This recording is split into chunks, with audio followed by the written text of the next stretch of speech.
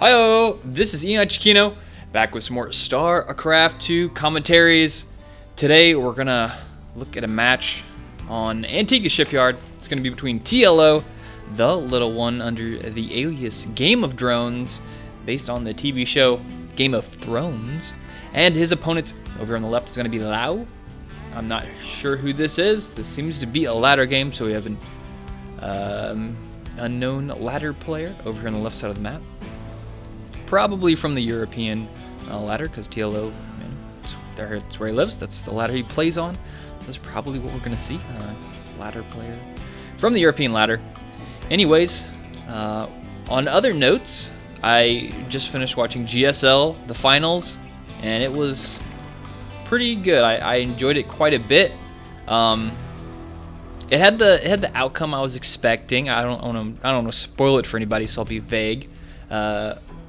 So, I mean, the games that each player won respectively, they won it with their independent styles. Genius was very tricky in his method of madness. He's a very smart player, and he does a lot of psychological things that I think is very interesting. And DRG just plays really solid, and he isn't afraid to go all in certain situations if the case calls for it. But in that last game, the very last game, was such a nail biter. I was like the whole time I was like, what's gonna happen? What's gonna happen? But very fun series, and really like the GSL's production overall. This whole season has been a nice step up. So if you guys don't watch GSL and you watch StarCraft, you're kind of missing out on the best StarCraft that there is. So there's a little plug in there for GSL because they do some awesome stuff. And spawning pool going down after the hatchery, so have a hatch, our first build here, ZvT, pretty standard. And he's getting some gas. He hasn't started a reactor yet, so I guess he's gonna go for a factory, more than likely. Maybe go for a reactor Hellion opening. And in other news, I got a new mouse, so I'm happy with my new mouse. It's actually a refurbished SteelSeries Xi. Is cheap, so I was like, I want that. I just like the form factor of this mouse. My previous mouse that broke was a Razer Diamondback, and it's like small, ambidextrous, and has two side buttons. That's all I really want. And the other mice I've used since then, they're just a little too big, and they're just not. They don't fit me that well. I like a little bit smaller one, easier to control, move around, and whatnot. So, really happy with this new mouse. Good stuff so far. The only thing I don't like about it is for some reason the forward and back button don't work like other regular mice do. Even if I go into the settings and change it to and like program it, it just doesn't work the exact way I'm used to, which sucks a little bit, but overall it's a pretty handy dandy mouse. And the Overlord is going to get picked off here unless these Zerglings can show up in the next time. Two on the way, but there are two Marines down here. And everybody knows two Marines beat two Zerglings any day of the week. This Overlord, maybe this can buy him enough time. Nope, not going to be enough. He's just going to go straight for the Zerglings. Yeah, he's got plenty of time. Take out those Zerglings, a little bit of micro, and the Automaton 2000 showing up for the party. And there goes that Overlord.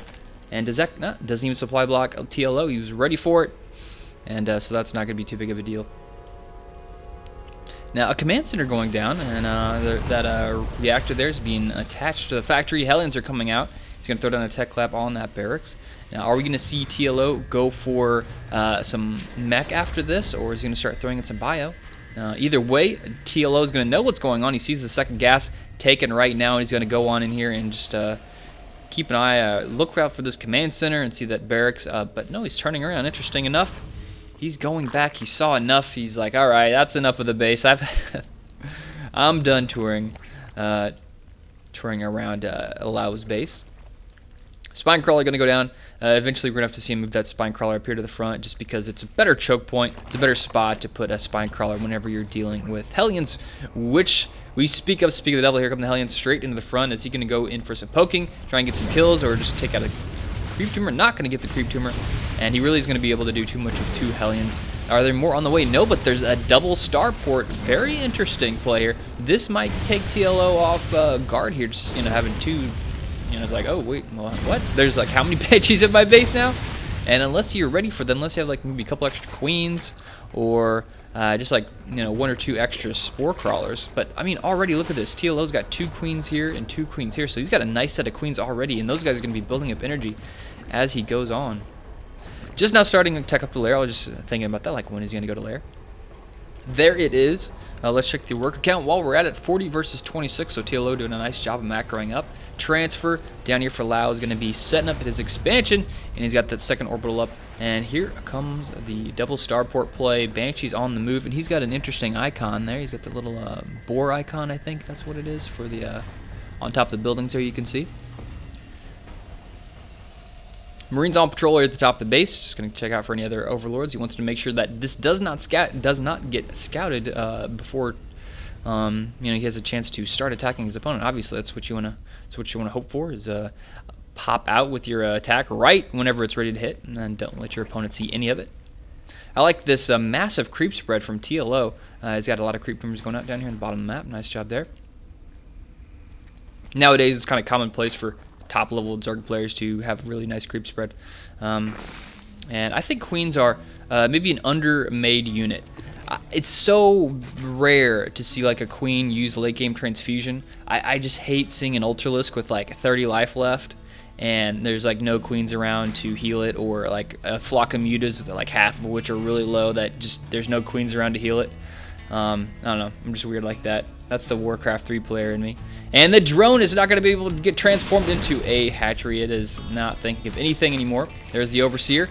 He's got 3 Queens down here at the bottom, some Zerglings, 2 Evolution Chambers, getting some nice upgrades. 1-1 for those Zerglings. 3 Queens will be enough to get rid of those 2 Banshees. And now he's researching Cloak. So Lau must have some like late game plan in mind for these Banshees after getting Cloak right now. Hasn't made any Vikings yet, which I think is kind of weird. Let me check this out. What have we got here? Yeah, no Vikings yet. I think that's kind of weird though. If you're gonna go 2 Starport against a Zerg, and you're gonna go 2 Banshee, why not just get 1 Viking after you make your first 2 initial Banshees? Especially if you're not really rushing the Cloak, because there's so many overlords all over the map. These are just free kills for Vikings, and yeah, I think that's kind of a mistake there. But anyways, 2 Queens pushing their way out and doing his best. But now the Hellions show up, and Blue Flame is about 1/3 of the way from being done. So this seems to be his plan. He's going to push him with Hellions and Banshees, which is an interesting combination. You know, Roaches, how could they deal with this? I mean, Roaches beat Hellions, sure, but Hellions are too fast. Zerglings really can't do anything with this many Hellions with the Banshees, so I mean, sure, you can get a surround, but I don't know how cost-effective you're going to be. And he's going to get a couple of them. Yeah, he's going to get 2 of them so far, and going to go on for the 3rd. And wow, he's actually doing decently. But he's going to get a nice choke point right there. Took out a couple. But that was a pretty even trade considering how many Zerglings there were. There were a lot of Zerglings there. Let's check the resources lost tab, and a lot more resources lost there for TLO, just considering he lost all those Queens early on and a lot of Zerglings there. So 2 Banshees going to do their job to try and delay this 3rd as much as possible. Does he have any Queens in position? But he's got 2 Infestors, and is he going to see it? No, he gets a nice fungal on top of there, and those chain fungals are going to be able to take out those Banshees. He doesn't even have Cloak. Queen's going to show up. Oh, there's the Cloak, but too late. There's the fungal, catches him.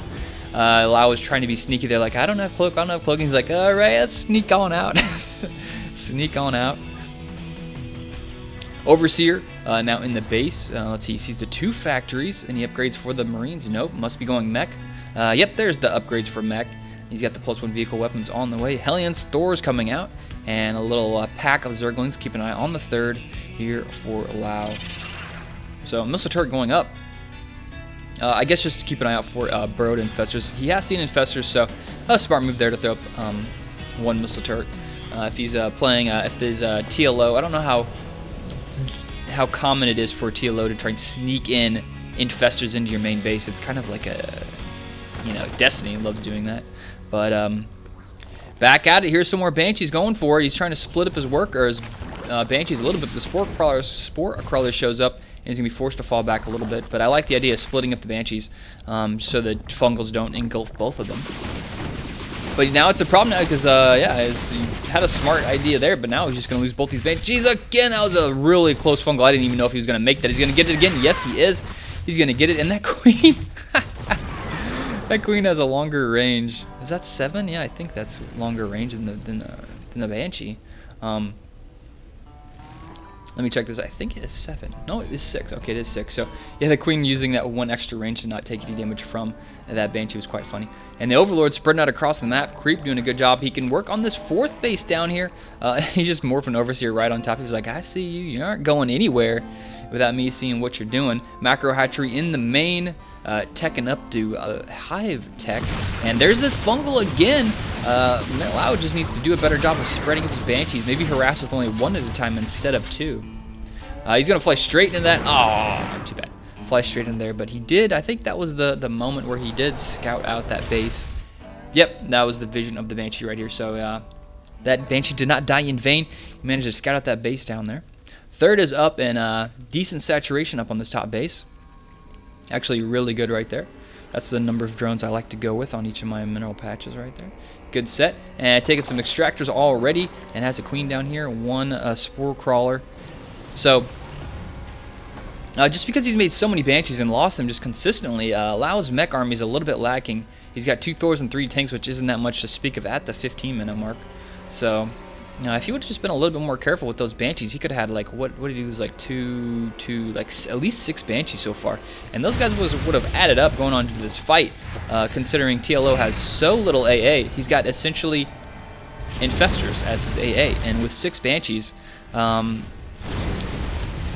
actually, there's another good Fungal. TLO just racking up the Funkals this game. Got a nice surround there. That one kind of whiffed, but Skangs is going to take out that Creep Terminal. He's going to fall back. But like I was saying, if Lau would have just maybe split up his attacks and went 1-1, you know, 1 Banshee and then another Banshee instead of just getting double Fungaled all the time, at least making those Fungals a little less cost-effective.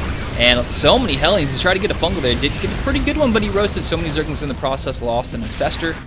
But the one, it's like, as a Zerg player, you're thinking like, do I want to Fungal 1 Banshee and then like Fungal it again and again?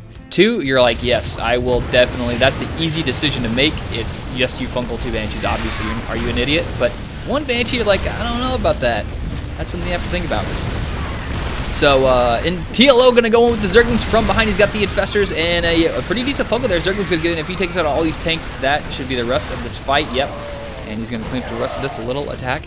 Taking yet another base down here at the bottom part of the map. That'd be base number 5 for TLO. I like how he's using this Banshee for controlling the Zolnog Terror in the middle. And this is what I like to see. One Banshee working on some Infestors. It's just a lot better play in general. So he tried to go for an attack over here on the right, but didn't, accomplish anything except trade armies, and I think not really cost effectively. So now the Overseer is going to show up, and he's going to get killed by the Infested Terran, which the kill, in case you didn't know this, if the Infested Terran gets a kill, it goes to the Infestor that pooped him out, for lack of a better term. Through him, like, what is this even called? Spawns? Okay, the one that spawns him, that's a better term. Ultralisks with 2/2 upgrades, about to be 3/3 with that awesome chitinous plating. And I wonder what that chitinous, what is chitinous derived from? It has to be somewhere, because Blizzard likes to use smart words whenever they're picking stuff. But look at all those, oh my god, if he fungals all those SCVs, here he goes for a lot of Hellions and tanks and Thors. The tanks are just right on top of that, those Ultras, and those Ultras just chew up all those tanks. And so TLO does end up losing his army here, but he's maxed out again already. Great trade for him. He's maxed out once again. Lau, you're going to have to rebuild all those tanks, and that's just something you don't want to do, have all your tanks right on top of each other. Didn't work out very well, and TLO just had a nice timing there. He saw that command center about to land. He just went straight on there. Tanks didn't have time to spread out. And here comes TLO's next attack. He's got a lot of Ultras, a lot of Zerglings. Probably has that crackling upgrade done by now. And oh my god, lining them up. Look at all those drones getting toasted. Just like a carcass of roasted drones over here, and even more Zerglings getting taken out. So that was a really nice attack here from Lau. 12 kills on that guy, even 6 on him. And that did a huge damage to TLO's economy. Look at that, 172 down supply. Considering he was maxed out there for the time being. He's got a lot of bases. He's even making 2 more bases in the top, and TLO just expands like no other as a Zerg player. I just got to give him credit on how often he expands. Something I kind of lack doing whenever I play Zerg. Sometimes I'm like, I was watching the replay, and you're thinking, oh man, why didn't I expand like twice right here? It's stupid. I had the map control and everything. But Ultra's up here at the top, maxed to the max, upgraded to the max. Not much else he can do there. He's going to start to transition into some a greater Spire. He's got 10 Corruptors out on the way, +1 also coming out. And Hellions going in the middle and just roasting a bunch of drones. He scanned, saw all those free kills. And he's Ultra's like, all right, well, all those little weak Zerglings got out of my way. Now I can run around here. That Ultra taking almost no damage to those Hellions. Ultra's just kind of running up here to these Hellions. The Hellions are like, oh man, this takes forever. They just got to kite these Ultras forever, and that Ultra's gonna sneak on out of there. And Infester's gonna try and do some damage here from the top, but the Ultras show up just in the nick of time. He lost one Infester there. Let's check the worker count. 71 versus 75. But TLO has got a lot more bases in mind for him, so as the game goes on, it's gonna look more and more in his favor unless this guy Lau can get up on his 5th base. And I mean, at this point, where do you get a 5th base as a Terran player? Do you get it over here on the right and kill TLO's base? Or do you get it over there on the left and middle side? I don't know. It's hard to say. And, oh, shit. I was like, where did that Infester go? There's an Infester right here. But, oh, we got a Hellion sandwich with an Ultralisk on each side. But, nope. He's going to back up. Yeah, I saw this Infester just sitting here. And he just disappeared. I was like, oh, my God. It's like a magic Infester. But no, there's an Overlord right above it. And he picked it up. That was quite funny. I confused myself there for a little bit. And look at this creep. The creep is all over. It's up to Lau's base. Lau... Oh man, little platoon, little section of Hellions trying to make their way up to the top. Going to do some scouting, pick off a couple Zerglings, but at the same time we have Broodlords assaulting Lau's base from the top. He's got the middle map control. He's got the Zelnaga tower. He can just sit here and deny this gold all day long because he's got the air superiority. Here comes 6 Vikings. Vikings finally coming out. The Planetary Fortress is up, getting a ton of kills, 22 kills, rocking up. Hellions up at the top, just denying mining for a little bit, but not really that big of a deal. TLO's got so many bases in the mine from, not really accomplishing too much. The big economic disaster right now is happening right here at this gold base, where Lau is just losing all his mining time, and TLO just kind of hanging out in the middle of the map with every single Zerg unit he could think about making. He's got Queens, Ultras, Spore Crawlers, Creep Tumors, Infestors, Zerglings, whatever. I'll make about anything I feel like. And look at all the upgrades right here. Upgrades, upgrades. This is the time of the game when they're max and they're like, all right, what can I just spend my money on? Let's make some upgrades. So as soon as the Vikings come out, they're going to have to deal with these Spore Crawlers, obviously, and the Infestors. So we'll see who's got the better unit control. Big attack over here on the right. Nice fungal. And we have this huge attack, so TLO is going to go for it. It seems like Vikings getting fungled there, too. These Ultras are just tearing up all the units on the right. Is TLO going to fall back after this? I don't think it's a good decision to continue to push this sort of a choke point here being created by this barracks, but he's going to go for it anyway. And he's managed to kill quite a few tanks. He's just going to go for it anyway, and it seems to be the right call. Trading bases is great for TLO at this point in the game, and he still has those Broodlords at the top there just working away. Infestors just kind of chilling out over here. There goes the Planetary Fortress finally going to go down, and that is going to have to be the nail in the coffin for Lau. He's mining from, 3 dead bases essentially, and the Queen shows up just to get on some action. Sensor tower is going to burn to the ground here pretty soon. Yeah, Ultra's like, I don't have time for that sensor tower to burn. I'm going to chomp it down. And yep, that's pretty much the end of it for Lau. All TLO has to do is just gather up his forces that have just been produced. You can see up at the top he's producing just about everything, and just going for one big tag. Zerglings in the main, going to try and snipe a Hellion. Not going to get it.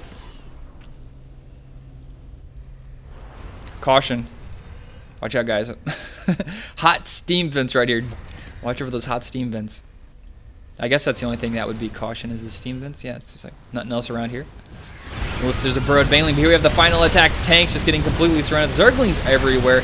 And one Raven just watching from above. Sad that the tanks cannot fly. And there we have the Zerglings at the expansion, killing so many mules, so many SCVs. Yep, he's going to finish off the rest of these. Yeah, he's killing missile turrets, killing everything. This one Ultralisk with 21 kills. He's a metamorph. Getting so many kills. There's the GG from Lau. And TLO takes the win in this ladder game. TLO's just going to stick around and kill some more stuff for a while. He's having a good time. So, let's just recap the game real quick. TLO, he kind of always had control of this game. There was never really a point where Lau was... I mean, sure, the Banshees were like pressure, but TLO dealt with them so well, like I was talking about like during the middle part of the game. The Banshees were just so easy targets. He just throws down a fungal, chain fungals it, has Queens, pick them off from extended range, because Queens have +1 range, +1 more than a Banshee. And it was just like losing 6 Banshees, I think it was 6 Banshees throughout the whole middle part of the game, which really hurt his maxed or just reduced his army, so whenever he did manage to push out and take a fourth, he just didn't have as much stuff. I would have liked to see him maybe micros Banshees a little bit better, or just, you know, save them and then going for like a big attack, because at that point, what did TLO have for AAA? He had Queens and he had Infestors, and if he would have just cloaked the Banshees, targeted the Infestors with the Banshees, and just moved in there with, like, not moved, but slow pushing there with his tanks, Hellions, and Thors, I think he would have had a lot better shot versus TLO, especially considering he didn't have that many ultras out at that point, and was pretty even in upgrades. So hope you guys enjoyed this commentary. Make sure to subscribe to get all my newest videos. If you've seen the new StarCraft 2 Blizzard custom map called StarCraft Master, I went through every single level except for 15, which someone pointed out I missed. Sorry, but I go through every single one of those and I just explain how I beat those levels. I didn't want to do it personally because that would have taken forever, but I explain the thought process that goes into beating every one of those levels. So hope you guys enjoy that. See you next time.